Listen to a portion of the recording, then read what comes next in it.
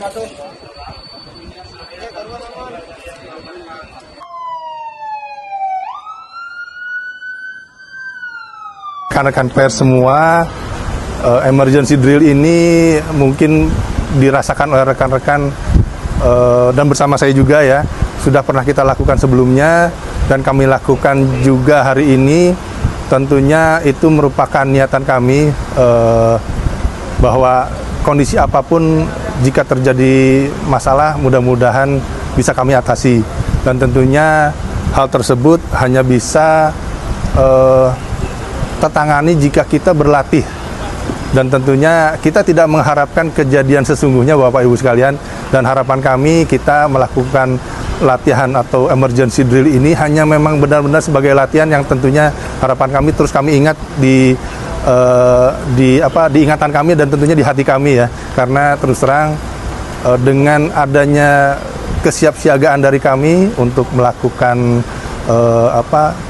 penanganan kondisi emergency yang kita tidak tahu kapan bisa terjadi, dan karena hal itu seringkali tidak terduga, dan tentunya kami harus siap dengan hal tersebut, dan hari ini kita lakukan lagi emergency drill level 2. Skenarionya apa Pak? Jadi skenarionya ada gempa di Balikpapan tadi 6,5 skala Richter, dan itu berdampak ke kilang, sehingga kilang harus turun kapasitas untuk kondisi pengamanannya, dan juga ada dampak ke laboratorium kami.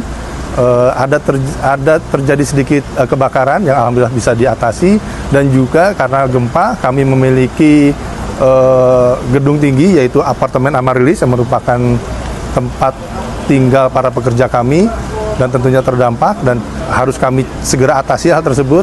Dan tentunya juga gempa tersebut karena memang dirasakan oleh Balikpapan seolah-olah seperti itu, dan tentunya akan ada dampak ke lingkungan sekitar apartemen tentunya ya, atau daerah-daerah yang berbukit.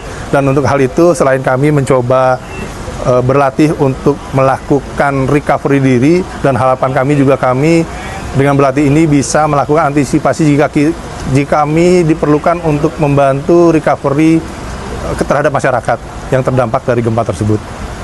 Evaluasi mungkin Pak dengan adanya informasi tadi. Ya, jadi alhamdulillah ya, emergency drill ini saya nyatakan lebih baik dari sebelumnya. Meskipun ada sedikit kaget ya, karena beberapa skenario coba kami bangun secara spontan di Puskodal sementara ini, dan Puskodal sementara ini merupakan antisipasi yang paling akhir. Kalau gempa itu kan kalau kita bayangkan mungkin aja gedung-gedung di sekitar kita runtuh ya, dan tentunya untuk hal tersebut mungkin akan butuh waktu lagi untuk persiapan penyiapan Puskodal sementara seperti ini.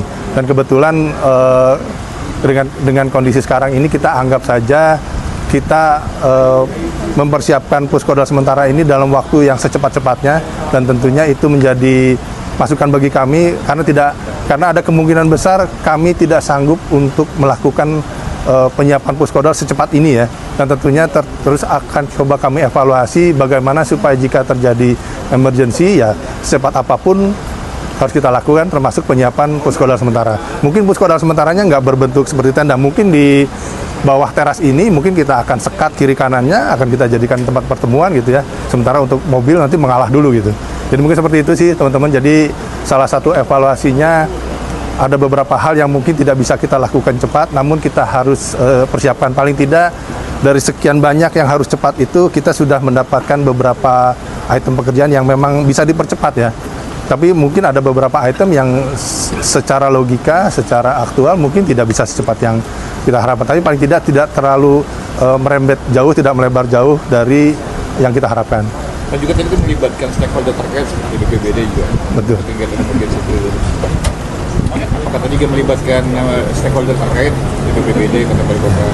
Jadi stakeholder kami coba kami libatkan Pak. Kami mencoba untuk seolah-olah kita berkoordinasi dengan Forkominda ya, baik itu Pak Gubernur, Pak Wali Kota, kemudian Pak Kapolda, kemudian Pak Pangdam, kemudian Ketua BPPD, dan harapan kami bisa melaporkan hal tersebut secara cepat kepada mereka ya. Jangan sampai nanti bapak-bapak atau stakeholder mendapatkan informasi yang kurang pas gitu ya.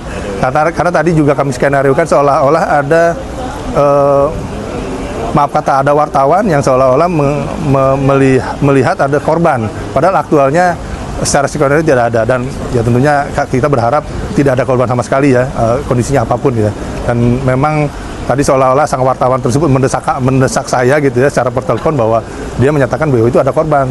Ya saya jelaskan sebaik mungkin, selembut mungkin bahwa informasi tersebut keliru, karena memang harus dipastikan ada tidaknya korban itu tetap oleh pihak kedokteran ya, oleh rumah sakit, bukan melalui pandangan mata gitu.